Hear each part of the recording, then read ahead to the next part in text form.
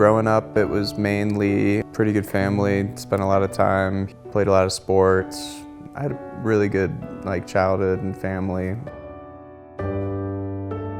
I did a decent amount of drinking freshman and sophomore year, but I don't think it really took a turn for the worse until maybe the end of college. I went into an industry that's very heavily drinking as well. So construction is, a lot of people away from their families with not a lot to do. So what do you do after work? You go to the bar.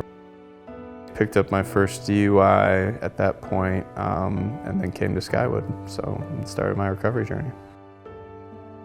It was really scary for sure. At the beginning, I'd never even seen really or asked anybody what it was like to be sober. You come in and, it kind of starts off with, a detox where, whatever it was, whatever your body needs to do to get back to kind of normal equilibrium. There's just a lot of stuff flying around. There's people doing stuff all the time. There's events and classes and groups to go to. I think it's the trust that I have in myself again.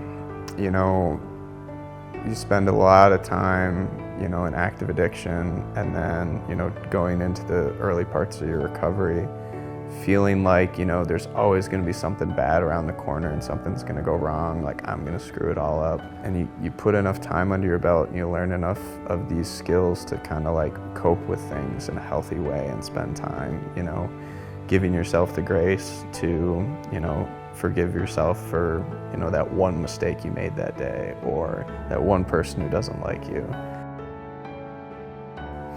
I'm very proud of myself.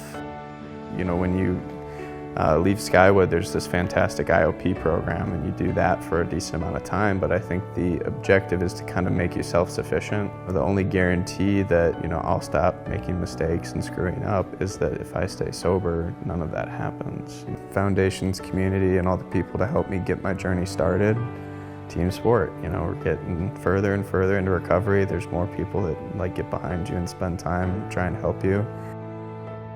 Anyone with any length of sobriety had to do it one day at a time, and there's going to be ups and downs. It's just it's the unfortunate truth, but also a truth is, everyone, regardless of whether you're, fighting a addiction or something, has ups and downs. Learning tools and skills that's going to help you get through those moments, because they will pop up. So that you can maintain your sobriety and that feeling that you're doing the right thing.